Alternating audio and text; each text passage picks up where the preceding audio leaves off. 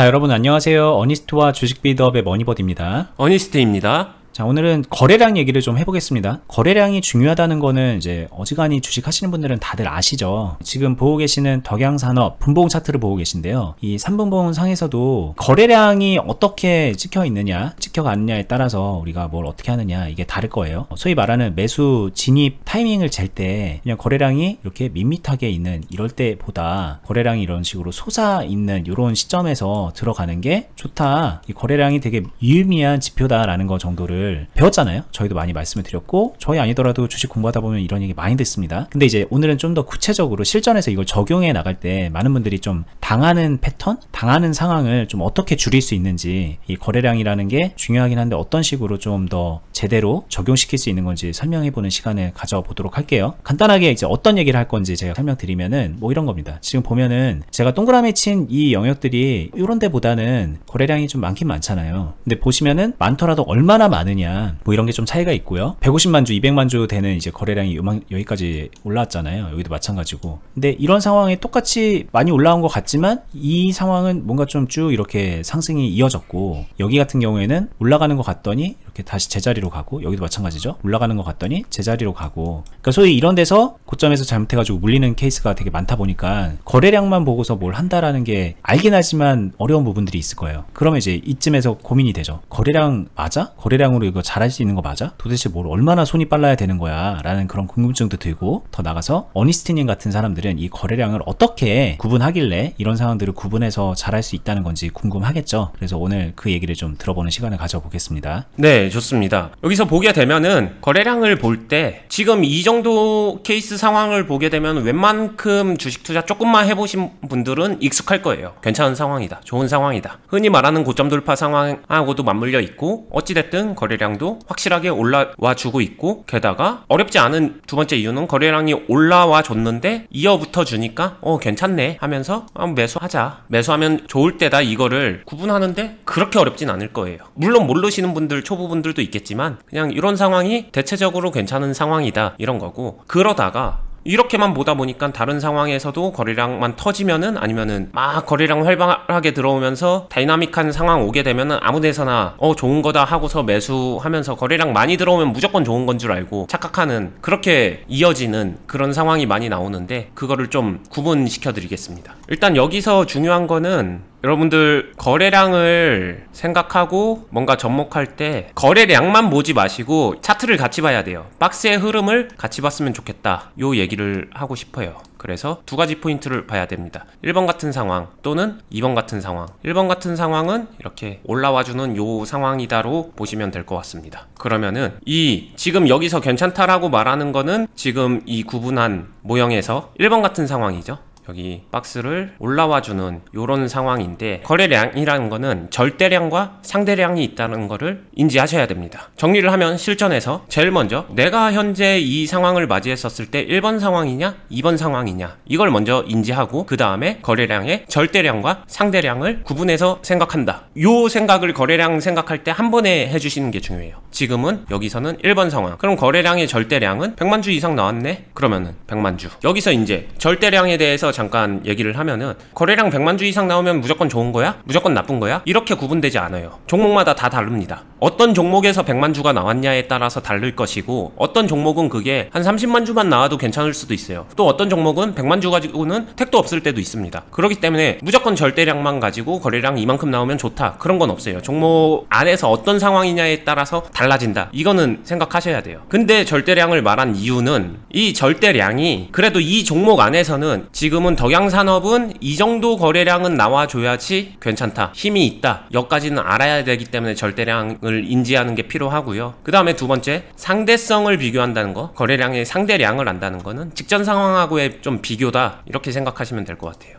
여기서 보게 되면은 지금 1번 상황에서 직전 상황보다 거래량이 확실하게 올라서면서 이 상황이 나와준 거죠. 그럴 때 괜찮은 상황이다, 이렇게 말할 수 있는 거예요. 이 박스 안에서 박스 타겟 자체도 그렇기 때문에 어느 정도는 할 줄은 알아야 되는 거고, 그러다 보니까 거래량이라는 거를 실전에서 적용한다는 것 자체가 어느 정도 차트를 볼 줄은 알아야 되고, 캔들이나 박스 지지 저항 이런 정도는 할 줄 알아야 적용도 되고 해석도 되고 판단도 되고 이렇게 이어진다라는 거를 인지해 주시면 좋을 것 같습니다. 자, 그러면은 두 번째 상황 볼까요? 요런 상황인데, 이 상황은 여기서 굳이 비교하게 되면은 어떤 상황일까 라고 하게 되면은 1번 상황이에요. 자, 여기서부터 생각해보죠. 1번 상황에 절대적인 거래량은 100만 주 이상 나왔네. 근데 상대적인 거래량은 어떨까? 앞에랑 비교하기에 좀 애매해요. 왜냐면은 이 부분에서 박스를 그릴 만한 무언가가 명확하지 않죠. 근데 상대적으로 비교할 거는 이때의 상황하고 비교하게 되면 거기에 준하게는 나온 것 같아요. 근데 되게 애매한데, 여기서 가장 애매한 건 뭘까라고 하면은 캔들을 보게 되면은 갭이 떴어요. 시작할 때 갭 뜨면서 이 거래량이 다 발생했습니다. 갭 뜨면서 이 거래량이 나왔다는 건 거의 동시효과에서 매수세 매도세가 다 뒤 엉켜가지고 이쪽으로 거래량이 만들어졌다는 거거든요. 이게 이제 애매한 거예요. 이게 거래량이 터진 걸로 봐야 되냐 아니냐, 아니면은 매도세로 쏟아져 내린 걸로 봐야 되냐, 되게 애매한데, 애매하다는 말은 매도세 가 충분히 섞일 수도 있다라는 말이고, 그렇기 때문에 여기서 확인을 한다라고 하게 되면은 이어부터 주는 캔들이 나와주면서, 그러면서 거기에 상응하는 거래량이 표현되는 게 되게 중요해요. 실제로 유튜브에서 제가 실전 매매하거나 아니면은 좀 빠른 매매, 다이나믹한 매매를 할 때 장초에 캔들 3개 정도, 봉 3개 정도를 보면서 확인하면서 매매하는 것도 방법이 될 수 있다, 이런 얘기를 했었거든요. 그런 게 이런 케이스가 될 것 같고요. 그렇기 때문에 여기서 갭 떴다고 올라가네, 무조건 이거 상승 중이네 해서 여기서 매수하는 사람들 많겠지만, 저는 이거는 그런 선택은 안 할 것 같다라고 말씀을 드릴 것 같고요. 거래량 이유로. 여기도 마찬가지. 여기는 어떤 상황일까요? 이 상황은 이제는 여기는 1번도 아니에요, 2번도 아니에요. 이 중간에 애매한 1.5 같은 상황이에요. 이 1.5 같은 상황이 되게 애매합니다. 왜냐? 이것도 저것도 아니에요. 1.5 상황일 때는, 그리고 특히나 고점에서 1.5 상황일 때는 차라리 확실한 1번의 상황을 확인하는 게 더 좋아요.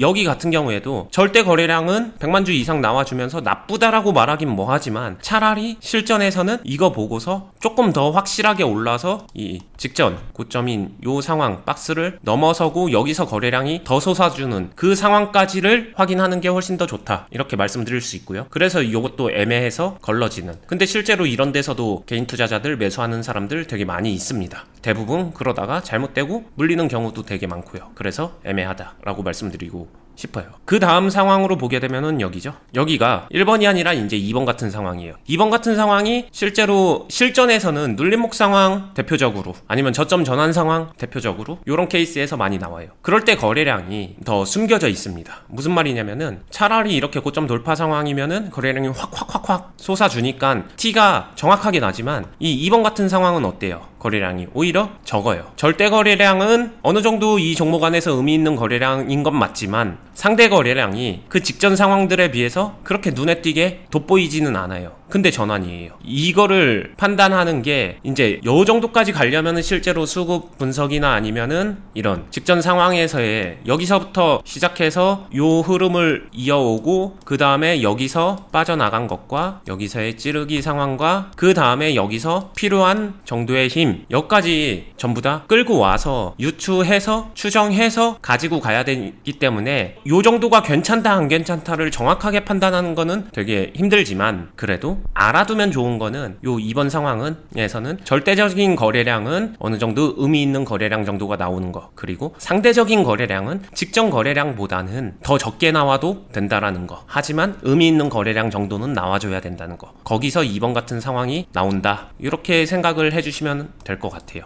그리고 이번 상황을 좀 놓친다고 하더라도 요 상황에서 잘 가게 되면 결국에는 다시 1번 같은 상황에서 만나게 되거든요. 그래서 이거를 노려볼 수도 있고 연결은 된다라고 말씀을 드리고 싶습니다. 그리고 이 2번이 나온 상황에서 다시 1번 같은 상황이 나오게 되면 여기에 대한 해석 또는 판단, 이것도 이제 조금 달라질 수 있는데, 굳이 말하게 되면은 1번 같은 상황에서 2번이 됐다가 그 다음에 다시 1번 같은 상황이 오는 건데, 정확히 말하면 1-1번 같은 상황인 거죠. 이런 상황이에요. 여기서 뚫지 못했고 눌렸다가 2번 상황이 왔다가 다시 뚫고 가는 1번 상황이 오는, 이런 것들이 큰 틀에서 말하게 되면 1-1번 같은 상황인데, 여기서 절대 거래량은 당연히 어느 정도 나와줘야 되는 거고, 상대 거래량이 여기서는 실질적으로 그냥 거기에 준하거나 사실 살짝 더 약한 경우도 있거든요. 여기에 대한 해석을 좀 요렇게 해주면은 도움이 될 것 같아요. 이 2번의 수급하고 1번 상황의 수급을 좀 더해서 생각해주면은 이거는 약간 같은 편의 수급이거든요. 여기가 실질적으로는 훨씬 더 강한 힘을 받은 상황이거든요. 그렇게 생각하게 되면은 아까 말했던 상대성, 수급의 상대성에서 전에 나왔던 상황보다 더 많은 거래량이 발생하면서 힘을 받고 갈 수 있는 이런 상황으로 해석 판단할 수 있다. 이렇게 생각을 해주시면 됩니다. 자, 여러분들 많이 배웠지 않나요? 꽤 자세하게 설명을 들은 것 같습니다. 제가 더 추가적으로 질문할 게 별로 없을 정도로 많이 설명을 해주셨는데, 아마 몇몇 분들은 들으면서 경험적으로 이런 생각을 하실 수도 있을 것 같아요. 다 좋은데, 이해도 됐는데, 뭔가 몰랐던 것도 알아서 기분은 좋은데, 생각해보면은 그럼 너무 늦은 거 아니야? 이 거래량이라는 게 이어붙어준다 아닌다 이런 걸 판단할 때도 이걸 보고 나서 판단하면 늦는 거 아니야? 여기서도 이제 충분히 보면은 막 여기서 왠지 사야 될 것 같고, 물론 이것도 이제 다 수익이긴 하지만 우리가 이런 거 먹으려고 주식해야 되나? 뭐 이런 생각도 들 수도 있고, 그러니 이게 얼마나 지켜보고 얼마나 빠르게 판단을 하느냐가 중요한데, 뭐 그런 거를 적용하자면은 물론 이거는 이제 지켜보다 보면 아닌 걸 알게 되니까는 피할 수 있다 쳐도, 이런 상황이나 이런 상황이나 뭐 더 빠르게 보면 이런 상황을 빨리 들어가서 맞춘다라는 게 이게 그만큼 어려울 것 같은데요. 이걸 어떻게 맞추죠? 이렇게 또 궁금하실 수도 있을 것 같거든요. 이 부분에 대한 설명 좀 들으면서 마무리 해볼까요?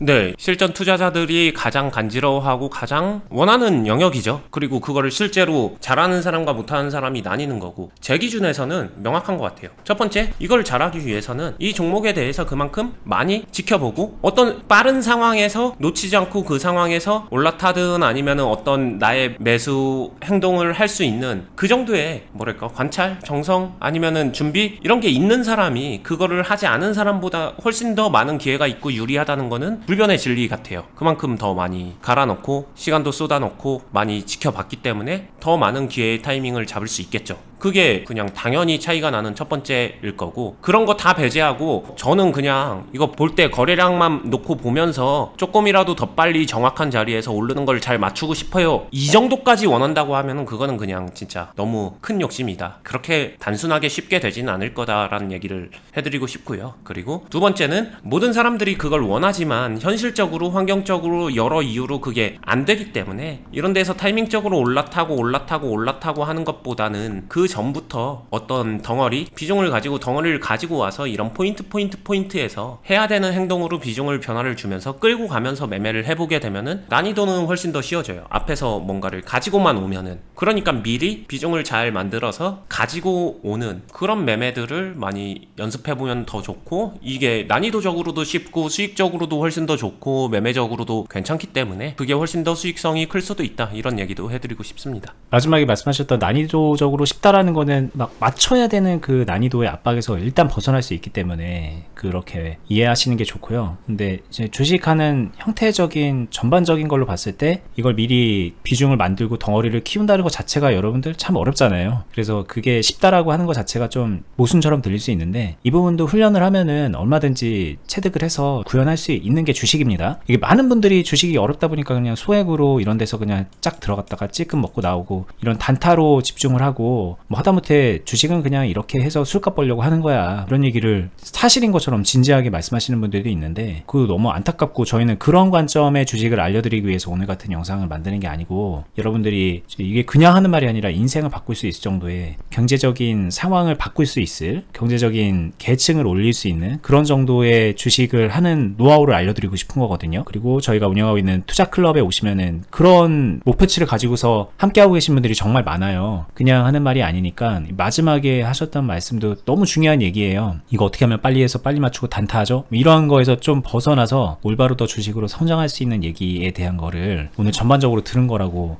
생각하셔도 좋습니다. 그렇게 들으면 또 좀 달리 들릴 얘기니까 한번 좀 이해가 되신 것 같더라도 관점을 바꿔서 한번 다시 보는 것도 권장드려 보고 싶고요. 이 관점을 바꾼다는 게 참 쉽지가 않잖아요. 주식에서 저희가 관점을 바꾸세요 이러면 너무 추상적으로 들리잖아요. 그걸 어떻게 바꿀 수 있는 건지, 어떤 관점이 더 건강한 건지, 어떻게 체득할 수 있는 건지 기존의 다른 영상에서도 저희가 수없이 많이 말씀을 드렸으니까 오늘 저희 영상 하나로 끝내지 마시고 다른 영상들도 보시면서 공부 계속해 나가셨으면 좋겠습니다. 뭐 그러다가 이제 관심이 생기거나 같이 매매하면서 배우고 싶다, 진지하게 해보고 싶다라는 생각이 드시면 저희 클럽에 오시면은 확실하게 도움 드리겠습니다. 영상 하단 부분에 댓글란에다가 항상 저희가 클럽 가입 공지를 걸어 놓으니까는 링크 타고 들어가셔서 공지사항 확인해 보시고요. 카페 회원가입 한번 하시면은 확인할 수 있거든요. 저희가 운영하는 카페니까 그렇게 보시고, 저희는 다음에 더 유익한 영상으로 찾아뵙도록 하겠습니다. 끝까지 보시느라 수고 많았습니다. 감사합니다. 감사합니다.